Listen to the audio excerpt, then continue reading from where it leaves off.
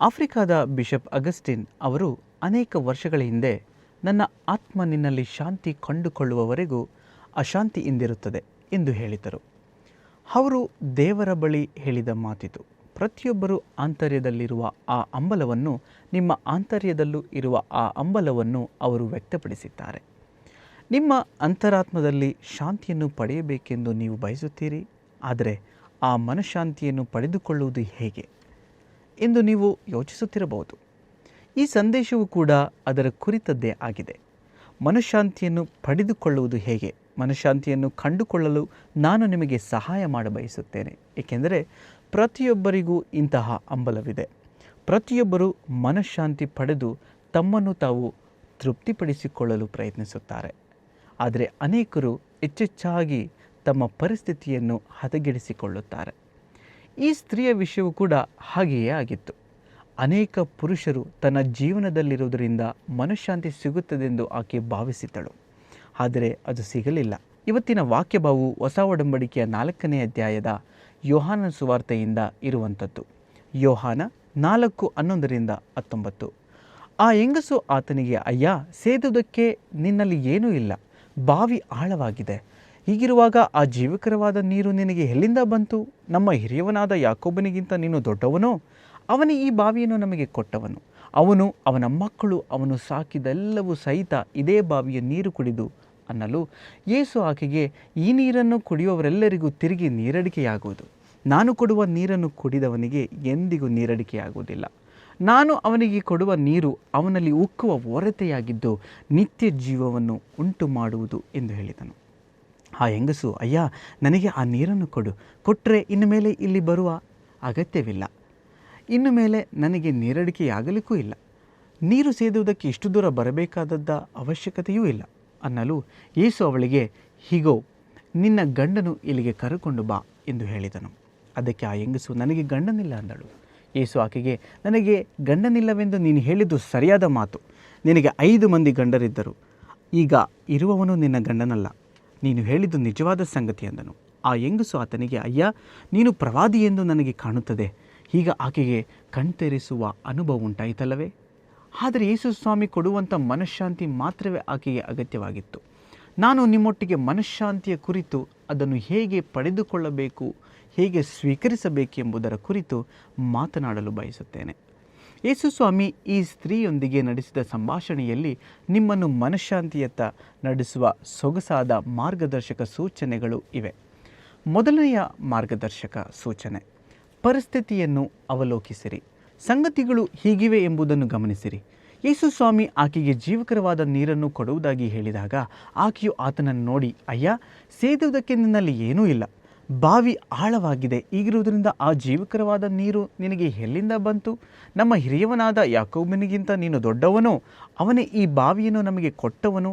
ಅವನು, ಅವನ ಮಕ್ಕಳಿಗೂ ಅವನು ಸಾಕಿದೆಲ್ಲವೂ ಸಹಿತವಾಗಿ ಇದೇ ಬಾವಿಯಲ್ಲಿ ನೀರು ಕುಡಿದರು ಎಂದು ಕೇಳಿದಳು.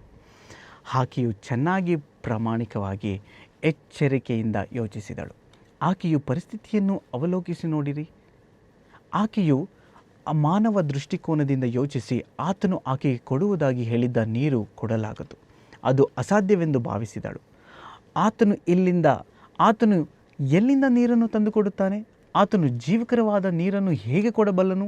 ಸ್ನೇಹಿತರೆ, ಪರಿಸ್ಥಿತಿಯನ್ನು ಅವಲೋಕಿಸಿ ಅದನ್ನು ಎಷ್ಟೊಂದು ನಿರಾಶಾದಾಯಕವೂ ನಿಸ್ಸಹಾಯಕವೂ ಆಗಿದೆ ಎಂಬುದನ್ನು ಮಾನವ ದೃಷ್ಟಿಕೋನದಿಂದ ನೋಡಿ ಅರ್ಥ ಮಾಡಿಕೊಳ್ಳುವುದು ಒಳ್ಳೆಯ ಮಾರ್ಗದರ್ಶಕವಾಗಿದೆ. ಈ ಸ್ತ್ರೀ ನೋಡಿದ ರೀತಿಯಲ್ಲಿ ನೀವು ನೋಡುವುದಾದರೆ ನಿಮಗೆ ಹೆಚ್ಚಿನ ನಿರೀಕ್ಷೆ ಉಂಟಾಗುವುದಿಲ್ಲ. ಬಾವಿ ಎಷ್ಟೇ ಆಳವಾಗಿದೆ ಎಂಬುದನ್ನು ಆಕೆ ಅರ್ಥ ಮಾಡಿಕೊಂಡಳು. ಯಾಕೋಬನ ಬಾವಿಯಿಂದ ನೀರು ಸೇದಿ ತೆಗೆಯಬೇಕಾದರೆ ಆತನಿಗೆ ಏನಾದರೂ ಬೇಕೇ ಎಂಬುದನ್ನು ಆಕೆಗೆ ಗೊತ್ತಿತ್ತು.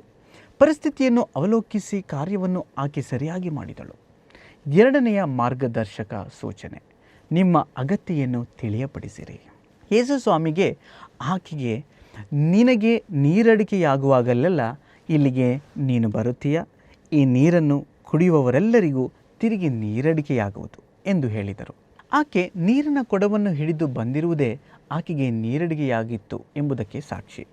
ಆಕೆಯ ಮನೆಯವರಿಗೆ ನೀರು ಬೇಕಿತ್ತು. ಹಾಗಾಗಿ ಆಕೆ ದಿನಾಲೂ ನೀರನ್ನು ಕೊಡವನ್ನು ಹಿಡಿದುಕೊಂಡು ಬರುತ್ತಿದ್ದಳು.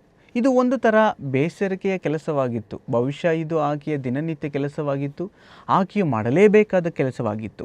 ಆಕೆಯು ಆಗಾಗ ಅಲ್ಲಿಗೆ ಬರುತ್ತಿದ್ದಳು.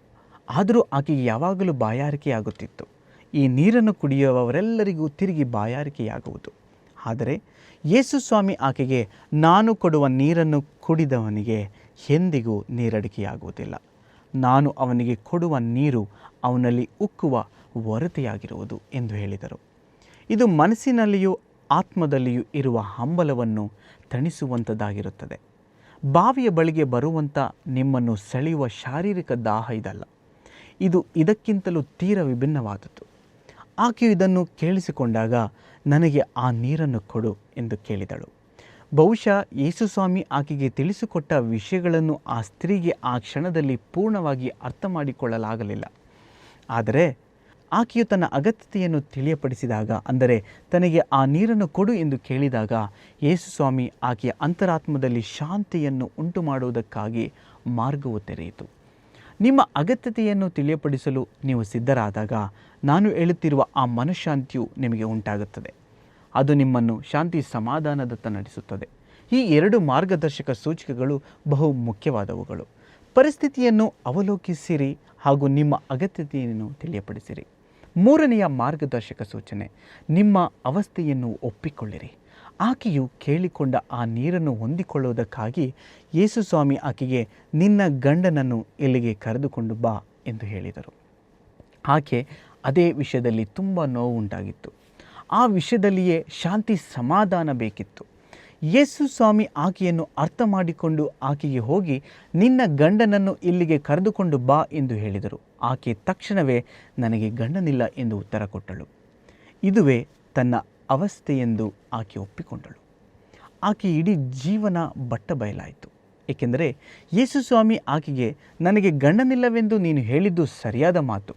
ನಿನಗೆ 5 ಮಂದಿ ಗಂಡರಿದ್ದರು, ಈಗ ಇರುವವನು ನಿನಗೆ ಗಂಡನಲ್ಲ ಎಂದು ಹೇಳಿದರು. ಆಕೆಗೆ ಇಡೀ ಜೀವನ ಕರ್ತನ ಮುಂದೆ ಬಟ್ಟ ಬಯಲಾಯಿತು. ಆಕೆಯು ತನ್ನ ಅವಸ್ಥೆಯನ್ನು ಒಪ್ಪಿಕೊಂಡಳು. ಯೇಸುಸ್ವಾಮಿ ಅದನ್ನು ಸಂಪೂರ್ಣವಾಗಿ ಅರ್ಥ ಮಾಡಿಕೊಂಡರು. ಆಕೆಯು ಅದಕ್ಕೆ ಪ್ರತಿಯಾಗಿ, ನೀನು ಪ್ರವಾದಿ ಎಂದು ನನಗೆ ಕಾಣುತ್ತದೆ ಎಂದು ಉತ್ತರ ಕೊಟ್ಟಳು.